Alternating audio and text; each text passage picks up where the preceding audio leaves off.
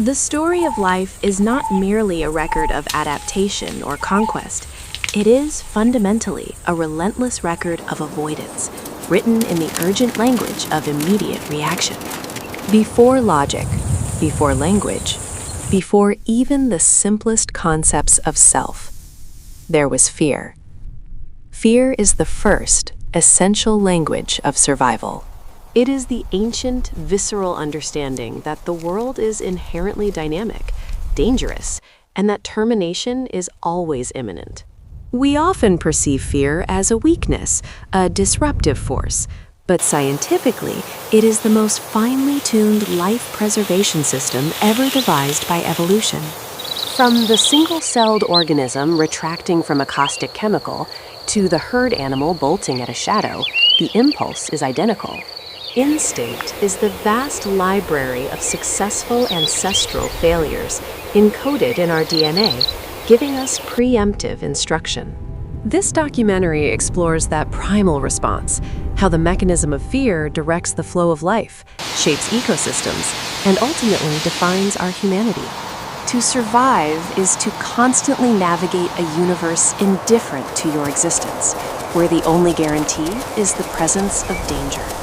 Let us begin beneath the surface, tracing the neurological pathways that translate environmental threat into raw, immediate action. The command center for survival sits deep within the primal brain, the limbic system, a legacy billions of years in the making. Deep within it, the amygdala acts as the central alarm system, an ancient switchboard prioritizing threat detection above all else. When a threat is detected, a sound, a sight, a shift in air pressure, the amygdala bypasses the slower, logical prefrontal cortex. This instantaneous shortcut ensures rapid deployment of resources, sacrificing deliberation for speed. It's better to react now and be wrong later. The result is the release of a potent chemical cocktail. Adrenaline and cortisol flood the system. Muscles tense, heart rate skyrockets, digestion halts, and pain perception dulls. The body is transformed into a pure, unthinking escape machine. This is the fight, flight, or freeze response, a triad of ancient strategies that dictate whether an organism lives to see the next moment. In the wild, life is a constant series of calculated risks. The fear response calibrates these risks perfectly. Consider the African buffalo. Its flight instinct is finely tuned to the scent and silhouette of its primary threat, the lion. Yet when cornered or defending a calf, the fear switches to aggression, transforming the prey into a terrifying, immovable fighter. Survival is flexible. Instinct isn't rigid, it's adaptive, prioritizing the most viable option for continuation. The deep ocean offers profound examples of extreme survival instincts, where pressure and darkness amplify the cost of error. The anglerfish uses lure and light, but its movement is minimal, preserving energy and avoiding detection by larger, unseen threats. Its survival relies on stillness, the ultimate freeze response in an environment where speed is often unsustainable. On land, the small mouse exemplifies a life dominated by fear. Every moment is a calculation of exposure and shadow. Its instinct demands a rapid, jittery existence, constantly mapping safe routes and measuring escape velocity. The fear of the hawk above, the snake below, or the fox around the corner dictates its entire life cycle, including reproduction. Predators, too, rely on instinct. The lion's hunting strategy is not purely learned. It is fueled by the instinctual drive to subdue. The successful predator must balance fearlessness with caution, avoiding injury that would prevent future hunts. Survival is an arms race, an escalating cycle of fear management, defense mechanisms, and predatory innovation. Some creatures turn their innate toxicity into a warning system, embracing a different kind of fear management, conspicuous display. Aposomescence, the warning coloration, is a biological challenge. I am dangerous, touch me at your peril. This relies on the predator's capacity for learned fear, connecting bright colors with sickness or pain.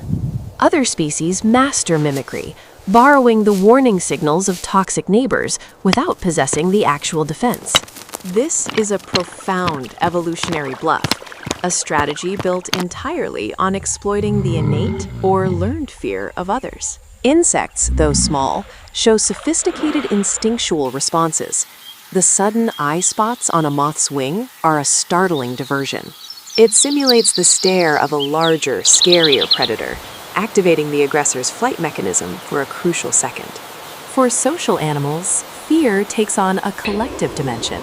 Safety is found not in individual speed, but in group vigilance.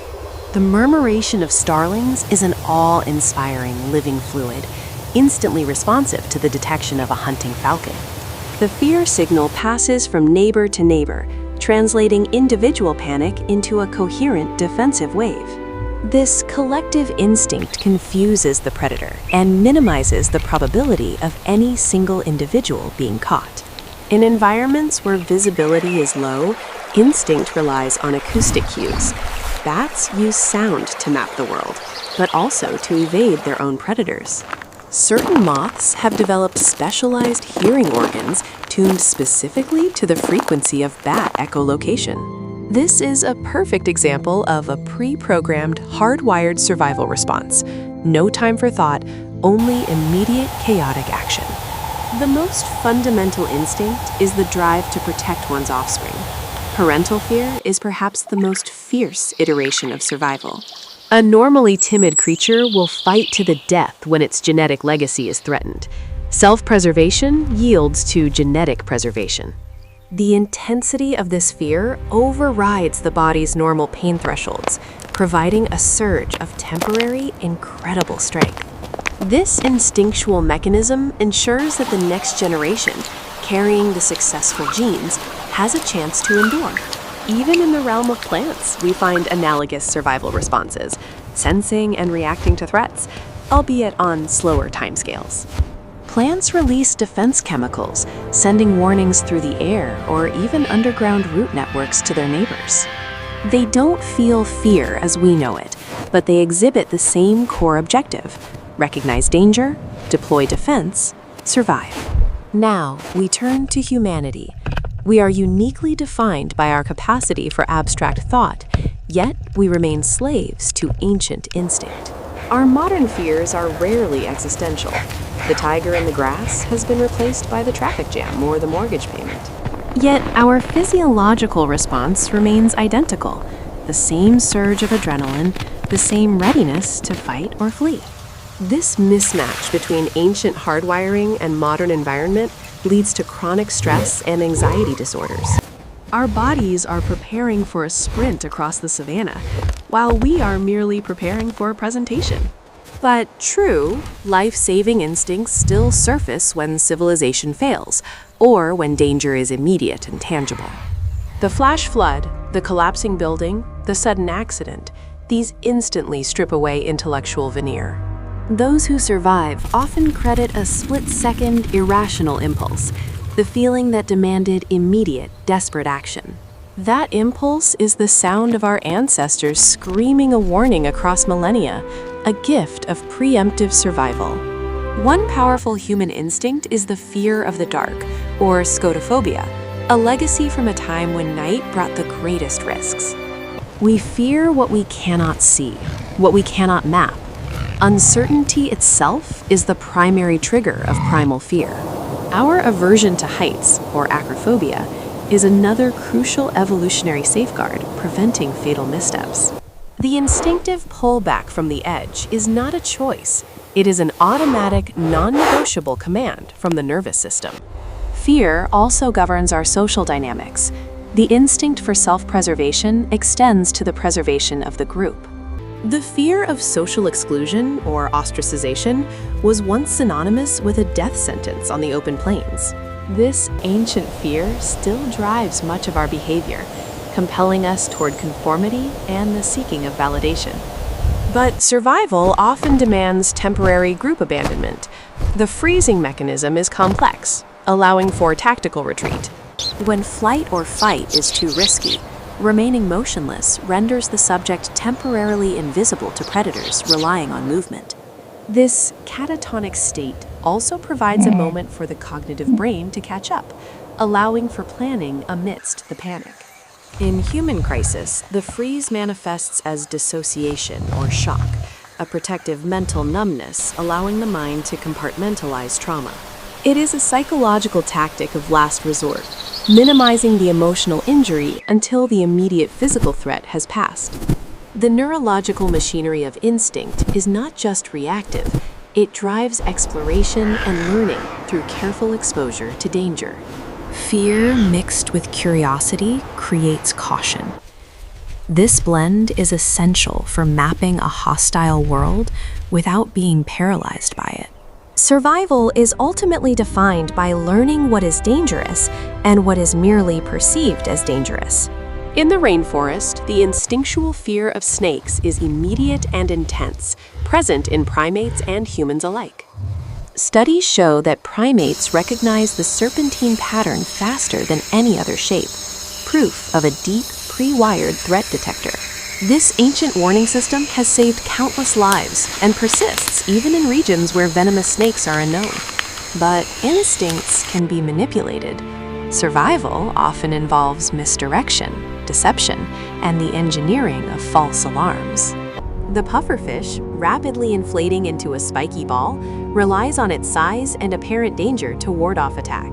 It is an optical threat, leveraging the predator's instinct to avoid obstacles and minimize injury. Even hibernation and torpor are specialized survival instincts, a retreat from scarcity and cold, a temporary suspension of life. The fear of resource depletion drives the organism to stop, to wait, to conserve energy until conditions improve. Consider the migratory species, driven by an instinctual, almost mystical navigation towards safer, warmer ground. Their journey is fueled by a fear of the impending cold and an innate knowledge of where survival is guaranteed. In human history, fear of the unknown drove exploration, trade, and even the creation of vast mythologies to explain danger. Our gods and monsters often personify the natural threats, the hungry sea, the punishing mountain, the darkness. These narratives were communal attempts to process and prepare for dangers that instinct alone could not explain. In contemporary society, our instinctual fears are often channeled into competitive sports and high-risk activities. We intentionally seek out situations that trigger the fight or flight response, allowing us to temporarily feel truly alive. These controlled exposures train our minds to function rationally while the body is screaming panic. The military and first responders rely heavily on this training, rewriting instinctual panic into systematic response. They learn to pause, breathe, and analyze, buying the crucial seconds necessary to make a non-instinctual, life-saving decision. Yet instinct still surfaces. The innate need to help the injured, even at great personal risk, is another layer of collective survival.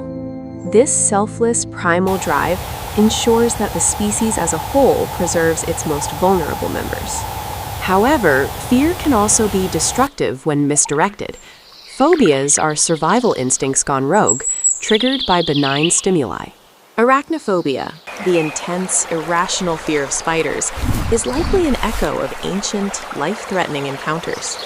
The brain registers the threat pattern, but the logical mechanism to deactivate the alarm fails to engage.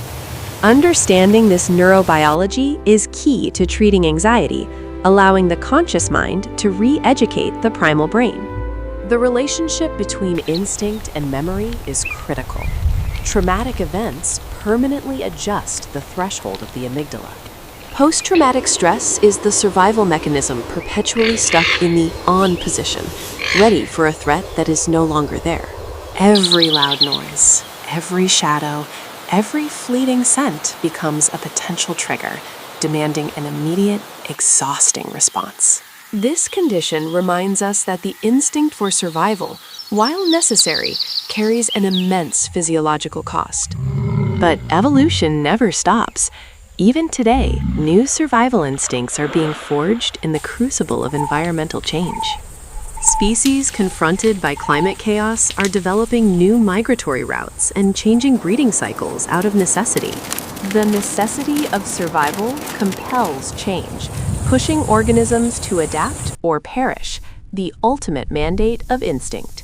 Consider the deep future. If humanity leaves Earth, our survival instincts will be tested against alien conditions. Will we instinctively fear zero gravity? Will we adapt to the absolute silence of space, or will it trigger profound psychological distress? Our survival will depend on how quickly our brains can define new threats and formulate non-negotiable, life-preserving instincts. It is a testament to life's tenacity that the most primitive response remains the most important instruction. To truly appreciate survival is to honor the constant, low-grade hum of fear that permeates the entire living world. It is the invisible thread connecting every gazelle on the run, every fish in the dark, and every human crossing a busy street. Fear drives evolution by calling the careless, rewarding the cautious, and propagating the vigilant.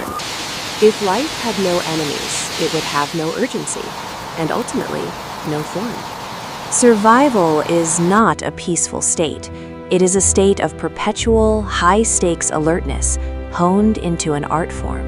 It reminds us that we are fleeting visitors, and the forces of the universe are vast and unforgiving. But the ancient alarm bell ensures that we do not surrender easily. It compels us forward through every danger. Fear is the knowledge that existence is precious and temporary, the ultimate motivation for resilience. It ensures that the great chain of life endures, whispering wisdom learned through immense struggle. And in that primal, immediate response, we find the core instruction of all living things: survive.